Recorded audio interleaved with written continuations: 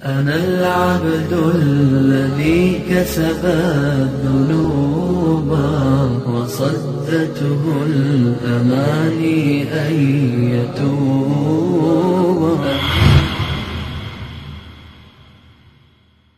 اللہ کا شکر ہے کہ اللہ نے مجھے ساری چیزیں دی، لیکن ایک سکون ہے نا وہ میرے پاس نہیں تھا. کیونکہ جی ساری چیزیں، انسان اس دنیا میں کس چیز کی محنت کرتا ہے کہ جی مشہور ہو جائے، بڑا گھر ہو جائے، گاڑی ہو جائے، پیسہ ہو جائے. یہ تین چیزیں کب سارے لوگوں کے پاس آ جاتی ہیں، گاڑی، گھر، پیسہ. شہرت کم لوگوں کے پاس آتی ہے. اللہ نے مجھے وہ بھی دی، لیکن اس کے باوجود میں مطمئن نہیں تھا اپنی زندگی سے. اور میں جس شعبے میں کرکٹ میں اللہ نے مجھے رکھا، تو اب بھی پاکستان میں کوئی ایسا پلیئر نہیں ہے کہ جس نے میرے سے زیادہ سکور کیا ہو. کہ میں اپنی فیلڈ میں بھی بالکل ٹاپ پہ تھا، اس کے باوجود سکون نہیں تھا. تو ایک دن کچھ لوگ میرے پاس آئے، انہوں نے میرے سے بات کی. یہ ذوالقرنین بھائی وغیرہ یہ ہماری جماعت کے امیر ہیں. تو یہ لوگ آئے، انہوں نے میرے سے بات کی کہ جی انسان اس دنیا میں کیوں آیا ہے، اللہ اس سے کیا چاہتے ہیں، کیا اللہ کہتے مانگتے ہیں انسان سے. تو میں نے ان کی ساری بات سنی، خاموش ہو گیا. رات کو جس ٹائم میں سونے کے لیے لیٹا نا، تو میں سوچ رہا تھا کہ دنیا کے دکھانے کے لیے میرے پاس ساری چیزیں ہیں، اللہ کو دکھانے کے لیے میرے پاس کوئی چیز نہیں ہے.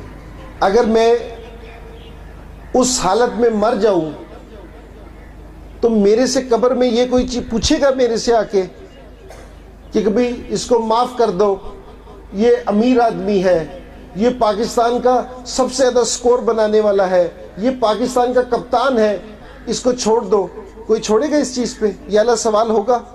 میں نے کہا کہ جو پوچھا جانا ہے اس کی تو تیاری ہی نہیں ہے. اب اس کالج میں ایڈمیشن لیا ہے آپ نے، کسی مقصد ہوگا نا آپ کا سامنے کہ بھئی میں نے یہ بننا ہے، یہ پڑھنے کے بعد، یہ کرنے کے بعد میں نے یہ کرنا ہے نا سامنے. تھوڑے سے عرصے کے لیے آئے ہیں، کوئی 2 سال کے لیے، کوئی 3 سال کے لیے، اسی طرح. تو مقصد ہے جو اللہ نے یہ دنیا بنا دی، انسان سب سے قیمتی چیز اس میں، ہر ایک چیز کا مقصد ہے. اس کا مقصد ہے کہ جی یہ کس کے لیے ہے، پانی کا. جو سب سے قیمتی چیز انسان ہے، اللہ نے اس کو بغیر مقصد کے بھیج دیا. ایک پلیئر ہوتا تھا برائن لارا، اس کو ہم نے کراچی میں ٹیسٹ میچ تھا ہمارا ان سے، تو محمد یوسف نے نا اس کو کھانے پہ بلایا. اس نے کہا کہ اس کو کھانے پہ بلا کے نا اس کو دین کی دعوت دیتے ہیں. تو ایک ہمارے بزرگ ہیں کراچی کے، شیخ ہاشم صاحب، وہ امریکن تھے، تو 30-35 سال پہلے مسلمان ہوئے تھے. امریکہ اور ویسٹ انڈیز قریب ہے. انہوں نے کہا کہ اس کو دعوت دیتے ہیں اس چیز کی. اس کو دعوت دی، بتایا کہ جی ہم اپنے اللہ کے کس طرح بات مانتے ہیں، کس طرح حضور پاک صلی اللہ علیہ وسلم کے طریقے کے مطابق زندگی گزارتے ہیں، کس طرح ماں باپ کی بات مانتے ہیں، کس طرح بیوی کے ساتھ معاملات کرتے ہیں، کس طرح بچوں کی پرورش کرتے ہیں، کس طرح پڑوسیوں کا خیال رکھتے ہیں، کس طرح اپنا کاروبار کرتے ہیں. ساری چیزیں بتائی اس کو. تو برائن لارا یہ سن کے خاموش ہو گیا تھوڑی دیر کے لیے، اور اس کے بعد کہتا ہے کہ ہاں اسی طرح ہی رہنا چاہیے، لائف اسی طرح گزارنی چاہیے. جس ٹائم کھانا شانا کھا لیا، تو جس ٹائم وہ ہوٹل جا رہا تھا یوسف کے ساتھ، تو یوسف سے کہتا ہے کہ یوسف ایسے مسلمان کا ہے جو اس طرح زندگی گزارتے ہو. ساری باتیں اچھی ہیں لیکن مسلمان ہی نہیں ہے ایسے. آج مسلمان کمزور ہو گیا.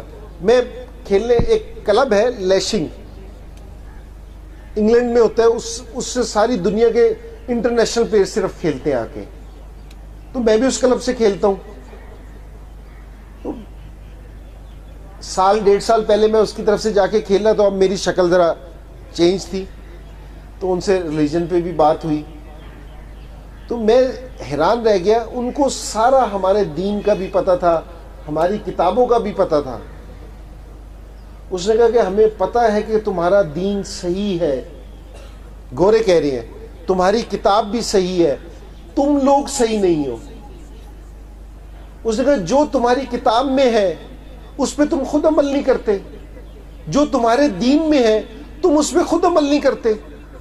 تو آج جتنی بھی یہ کمزوری پھیلی ہوئی ہے نا، یہ ہمارے لیے ہے، ہماری وجہ سے ہے.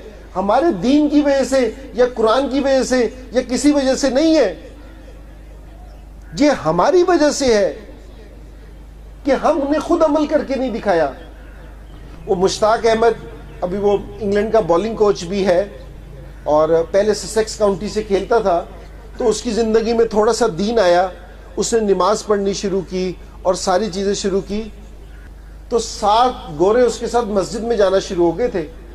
انہوں نے بھی قرآن پڑھا، ساری چیزیں پڑھی، جیسے انہوں نے قرآن پڑھا ہمارا دین، تو انہوں نے دیکھا کہ یہ تو ساری چیزیں صحیح ہیں، یہ مسلمان سارے صحیح نہیں ہیں، یہ مسلمان سارا نہ ان کی زندگی میں کوئی چیز نہیں ہے۔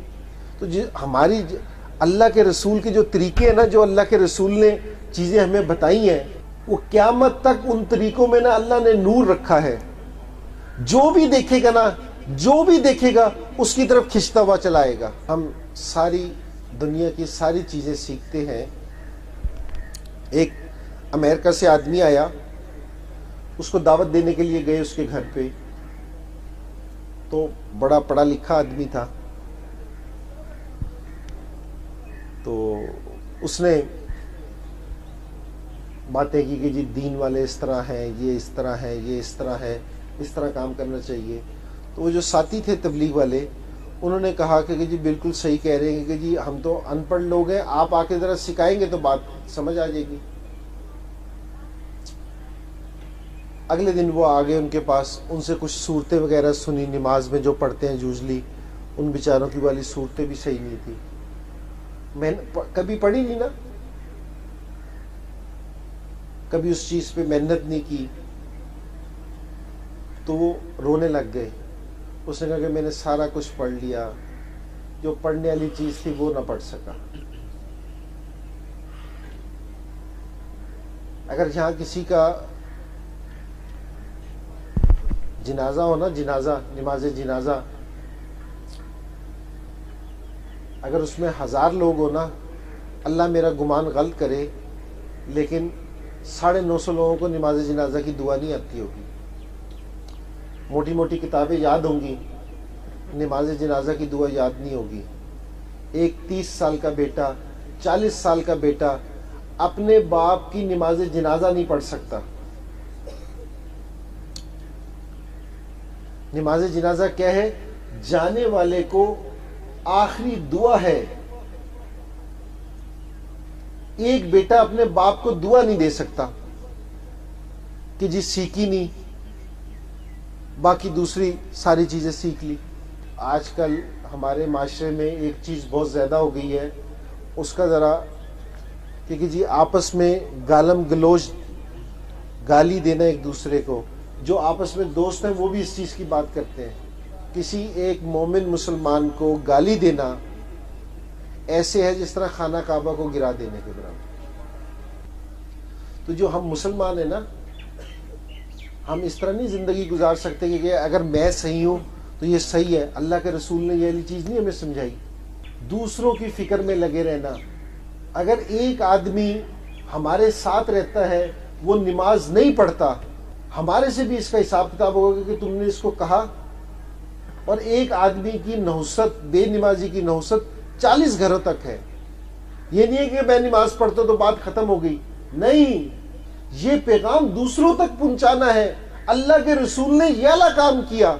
پتہ نہیں آپ میں سے کتنے لوگ مکہ یا مدینہ گئے ہیں، اور اللہ ساروں کو لے کے جائے جو نہیں گیا۔ 10,000 قبریں ہیں صرف مکہ اور مدینہ میں صحابہ کی، 10,000۔ باقی جو ان سی قبریں ہیں نا، آپ پوری دنیا گھومنا، جگہ جگہ پہ آپ کو قبریں نظر آئیں گی صحابہ کی۔ کس لیے تھی؟ اس دین کو پھیلانے کے لیے۔ حالانکہ مکہ میں نماز پڑھو، علماء کرام کہتے ہیں ایک نماز کا 1,00,000 ثواب، مدینہ میں نماز پڑھو 50,000 ثواب۔ اگر سوچو کہ وہاں نماز پڑھانے والے حضور پاک صلی اللہ علیہ وسلم خود ہو تو کیا وہاں کیا منظر ہوگا وہ؟ اس کے باوجود حضور پاک صلی اللہ علیہ وسلم صحابہ کو خود بھیج رہے تھے تو ساری دنیا میں اس دین کو پھیلانے کے لیے۔